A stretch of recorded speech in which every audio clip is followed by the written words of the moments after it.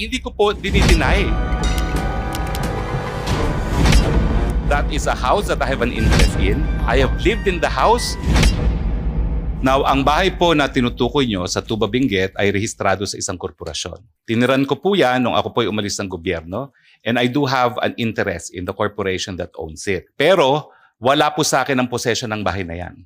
Dahil as of January of 2024, yan po ay pinaupahan ng korporasyon at ang umuupa po ay isang Wang Yun na isang Chinese national na siya po ay pumirma sa contract of lease ay require siya na magpakita ng Alien Certificate of Registration at lumalabas po na siya ay holder ng isang 9G working visa. Meaning, she has a right to be in the Philippines. So ang rehistradong lessee po dyan, at yan ay rehistrado rin sa Homeowners Association ng Subdivision para sila ay makapasok, ay itong babae na isang Wang Yun.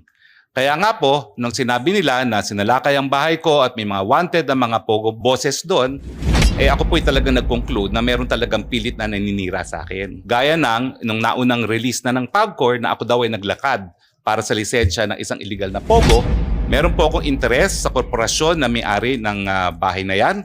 In fact, in the near future, I am concluding a transaction na kukunin ko yung buong korporasyon na may-ari ng bahay na yan. Now, pero ang ina-emphasize ko po, regardless of the ownership, there is a contract of lease which is duly notarized and which I will submit before this honorable body, which means na ang possession po dyan is in the hands of Ms. Wang Yu, who is a legal resident of the Philippines with an alien certificate of registration and in possession of a 9G working visa. Ang gusto ko nga po malaman, kung nakita nila dun sa bahay na yon, yung tao na hinahanap nila na allegedly may tie sa banban.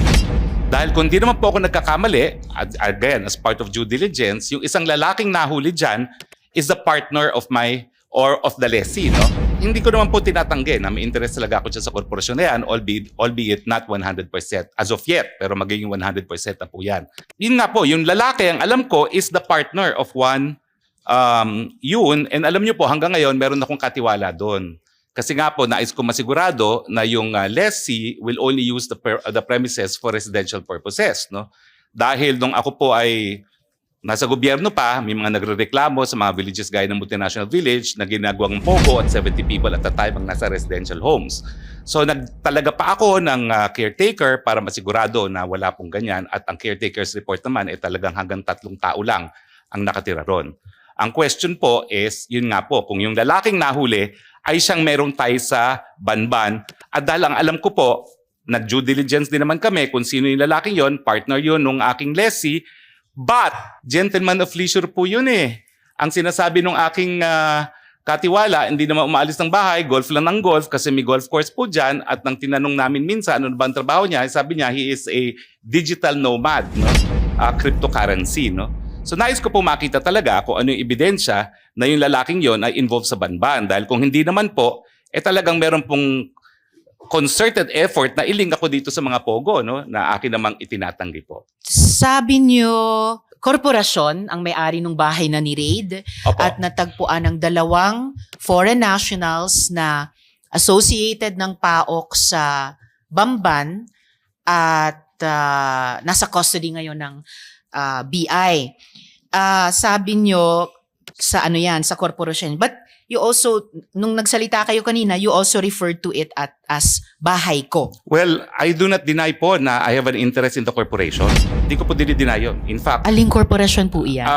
Ang pangalan po ata is PH2. Hindi ko maalala, no? PH2? PH2. Pero wait a minute. Dapat maalala nyo po. Well, you intend to mahaba po yung pangalan. Procure 100% ownership anyway, of it. maya-maya PH2. po, darating po What yung... does PH2 stand for? Well, po? ano po yan that's the location of the address of the house. Okay, anyway, maya-maya po. PH2, why? What's the whole address parang of the phase house? 2, block number, gano'n. Okay, no? phase 2. Pero maya-maya po, nagpakuha ko ng contract of lease para ipakita rito sa komite na ito, no? Na, And sa ngayon po, kayo ang majority shareholder ng PH2? Sa ngayon po, hindi.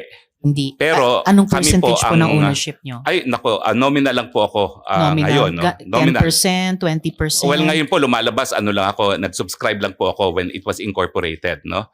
At sino po yung majority shareholder sa Ang majority is another corporation PH2? po. Another What is corporation. that other corporation? It's Biancham Holdings po. Ano pong pangalan? Biancham Holdings. Biancham Holdings. Holding, Oo. BIAN, CHAM. Bianchan Holdings. Yes, yes. Ganong kalaki yung majority? Lahat po yan Sold. sa Biancham Holdings. Pero minority, wholly owned. nominal kayo. Nominal. Wholly. Oo, wholly owned po yan Bianchan by Biancham. Holdings. Sino pong incorporators ng Bianchan Holdings? Attorney Percival Ortega po at yun po naalala ko si Attorney Percival Ortega. Aha. I think, minimum of 5 po yan eh. Pero majority shareholder Alright. is Attorney Percival Ortega. Okay. Pero nasa Homeowners Association din po kayo ng subdivision, tama po? Well, nung simula po, dahil tinirang ko po yan nung ako po yung umalis sa gobyerno nung 2019, pero nung bumalik ako sa gobyerno, hindi na po ako tumira doon. Pero hanggang ngayon po, I consider myself a resident of Baguio but I stay in another house. Pero member po kayo ng HOA dun sa subdivision? Mandatory po na yung corporate owner is a member of the Homeowners Association. So, member po, dahil mandatory, member kayo ng HOA ng subdivision? Member po yung corporation that owns the house. Okay. So, sinong nakapangalang representative ng Bianchan Holdings sa HOA ng subdivision? Hindi po ako sigurado, no? Kung sino ngayon ang nakapangalan doon, no? But I do know that lahat po ng mga dues are being paid and the real estate taxes are being paid. Sino pong nagbabayad ng dues at real estate taxes para sa Bianchan? It is also Biancham, no, that pays for it, no. But in any case, hindi ko po dinideny that that is a house that I have an interest in. I have lived in the house.